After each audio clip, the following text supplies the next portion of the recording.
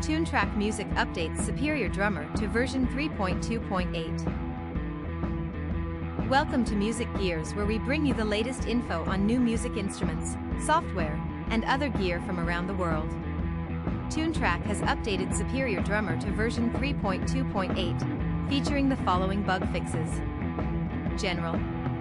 MIDI files dragged out from SD3 no longer contain a key signature, so no SysEx track should get created in Cubase, even with the auto-dissolve Format 0 Cubase option on.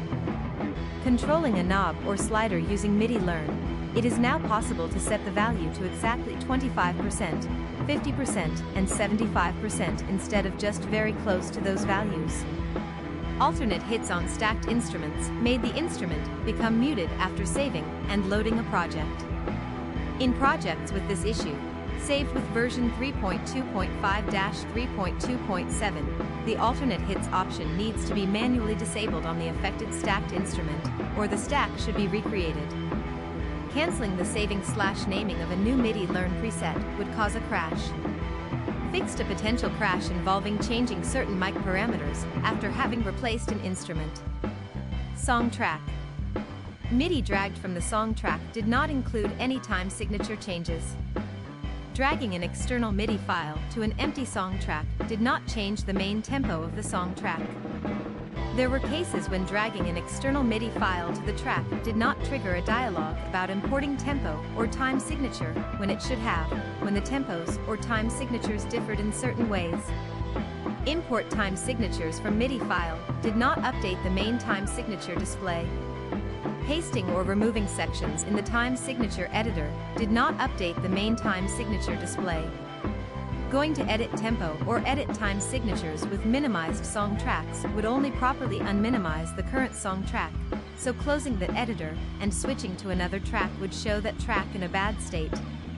Edit play style. Changing amount and then deselecting the song block could cause a crash. It was possible to open the instrument selection menu even though it is not visible in Edit Playstyle. Grid Editor. Pinch zooming now works in the Grid Editor, using a trackpad on Mac. Tooltips for the nudge buttons were flipped right/left. Song Creator. Changing libraries or changing scale no longer removes MIDI from the MIDI drop zone. Shutting down SD3 while Song Creator was searching for results would cause a crash. Saving a song structure from the current track would change the name of the track to the name of the structure, starting with new structure, though it would not show up in the GUI at once. Drums tab. Library names in the instrument right-click menu were often inadvertently shown in capitals. Grooves tab. Dragging a groove part onto a song block did not merge the instrument into the block, but would replace the entire block, bug introduced in version 3.2.7. Selecting a groove part, changing libraries, and then dragging the groove part no longer causes a crash. In Tab 2 Find, it was possible to open the instrument selection menu even though it is not visible there. Mixer tab. The valve distortion box effect would sometimes sound too distorted for a while after it was added or a preset was loaded. Bleed mute buttons in the mixer were never shown as active after loading a project/preset or changing the GUI scale. It did not work to load only selected mixer channels from a drums and mixer preset by using select parts. In the preset menu, loading only selected mixer channels from a preset now properly clears the solo state on those channels. The clear mute and clear solo buttons in the mixer were also not updated. Tracker tab. Fixed a crash that could happen when loading a project where the tracker audio is missing. Standalone. The standalone can now use ASIO devices with a buffer size larger than 2048 samples.